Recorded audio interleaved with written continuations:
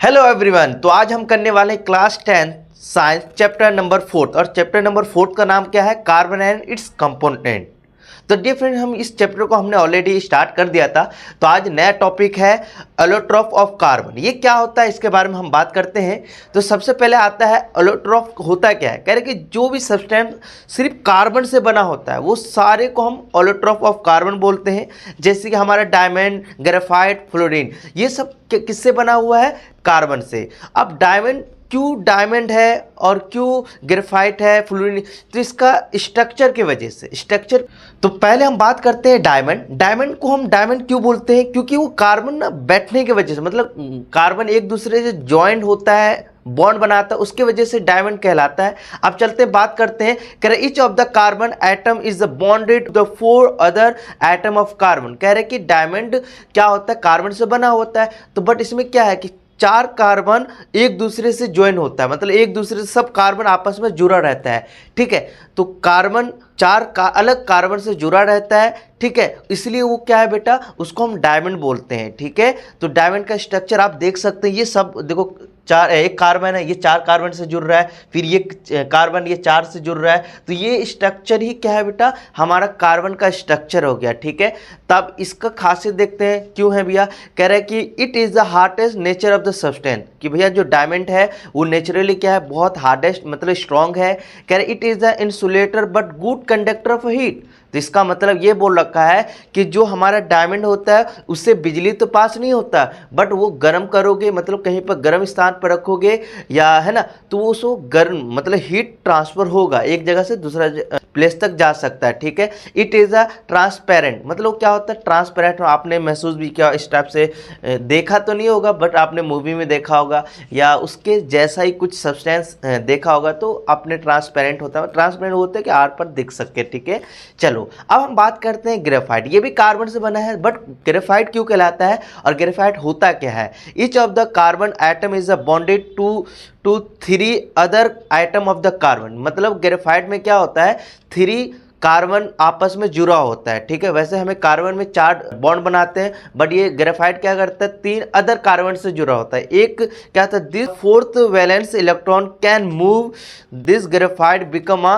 Good conductor of electricity. तो यहाँ पर बोल रखा है कि भैया 4, देखो कार्बन के अंदर क्या होता है, कितना शक्ति होता है कि 4 अदर कार्बन से जुड़ने का, बट ग्रेफाइट में क्या होता है, सिर्फ 3 कार्बन अदर कार्बन से जुड़ा रहता है ना।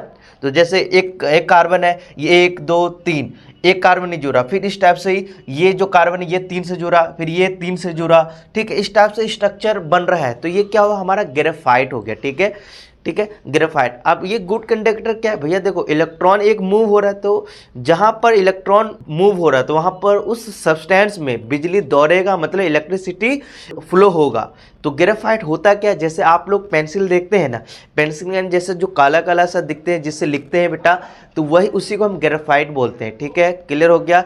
और it is the soft due to lubricant. ये क्या होता है, बहुत सॉफ्ट होता है, ऐसे रखते हैं टूट जाता है। ठीक है, अब हम बात करेंगे allotrope of a carbon, fullerene. Fullerene क्या होता है, smallest fullerene has a 6 carbon of atom. जो सबसे छोटा फ्लोरीन वो किससे, कितने कार्बन से बना होता है, 60 कार्बन से बना होता है। चलिए आगे चलिए फ्रेंड, तो अब नया टॉपिक आ गया है versatile nature of a carbon. इसका मतलब होता है कि भैया ये कार्बन हम इतना क्यों पढ़ रहे हैं, ये अनोखा क्यों है?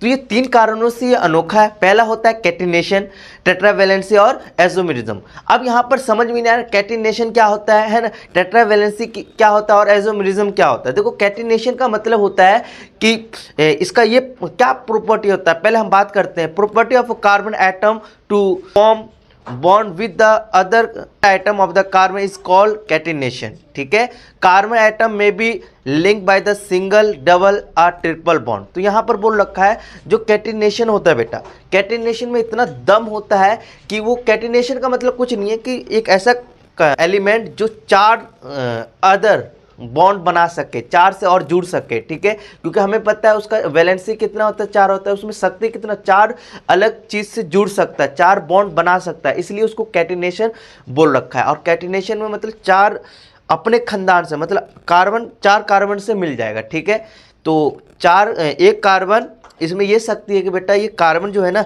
4 कार्बन से मिल जाएगा, 4 कार्बन से मिलेगा, मतलब जो C है ये दूसरे 4 है, ये कार्बन ये कार्बन ये कार्बन ये कार्बन, ये कार्बन से मिल रहा है, ठीक है। सेम एज इट इज क्या होता है, ये ऐसा भी हो सकता है कि सी है, ये दूसरे कार्बन से 2 कार्बन बना लेगा, है ना, इसके साथ 2 कार्बन बना लेगा, या ऐसा 3 का एक कार्बन का 3 बॉन्ड बना लेगा। तो ये सब क्या होता है बात करेंगे। तो सबसे पहले बात आता है component of carbon which is the are link by the only single bond between the carbon atom are call saturated component. मतलब कह रहे कि जो कैटिनेशन होता है ना, ये कार्बन से ही मिलता है, मतलब कार्बन से ही बॉन्ड बनाना शुरू कर देता है, मतलब अपने एलिमेंट मतलब कार्बन से ही दोस्ती करना शुरू कर देता है। और जब हमारे पास कार्बन से जुड़ रहा है तो उस केस में हम उसको बोलते हैं सैचुरेटेड कार्बन बोलते हैं। सेम एज इट इज जब कार्बन के साथ डबल या ट्रिपल बॉन्ड बनाते हैं तो उस समय क्या बोलते हैं, तो component of carbon having a double और triple bond between their carbon atom are called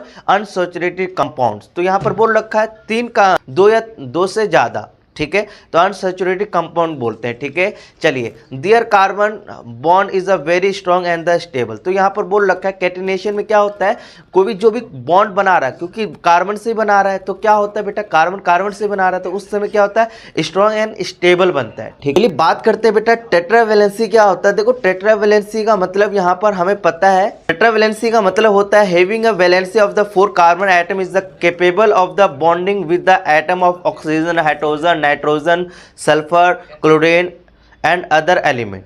तो यहाँ पर हमारे पास टेट्रावैलेंसी में क्या होता है, 4 कार्बन से बॉन्ड बना सकता है, यानी कि अपने से बनाएगा तो कैटिनेशन कहलाएगा, बट अलग कार्बन अलग एलिमेंट से भी बॉन्ड बना सकता है। कौन कौन से, ऑक्सीजन से, हाइड्रोजन से, नाइट्रोजन से, सल्फर से, क्लोरीन से, अदर एलिमेंट से भी, ठीक है। The smallest size of carbon atom enable nucleus to hold the share pair of the electron strongly, those carbon compound are the stable in the general. तो ये जो ऐसा बॉन्ड बना रखा है तो क्या होता है बेटा, इस केस में क्या होता है, वो स्टेबल होता है ना, मतलब वो बहुत स्टेबल होता है क्योंकि वो कार्बन से आराम से स्टेबल हो जाता है, ठीक है। अब आइसोमेरिज्म क्या होता है इसके बारे में बात करेंगे। Molecules of having same molecules formula but different structure formula are known as the isomerism.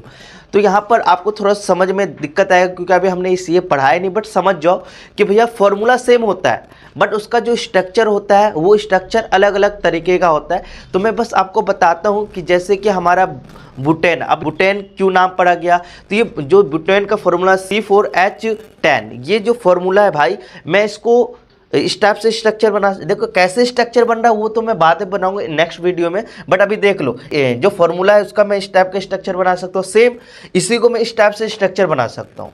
तो ये जो स्ट्रक्चर बनाया हो ना, इसी को हम क्या बोलते हैं, मतलब फॉर्मूला सेम रहेगा बट उसका स्ट्रक्चर अलग अलग बना सकते हो, ये नहीं कि 2, मैं 4 5 6 तरीके से इसको बना सकता हूँ। तो इसी को हम क्या बोलेंगे, आइसोमेरिज्म बोलेंगे, ठीक है।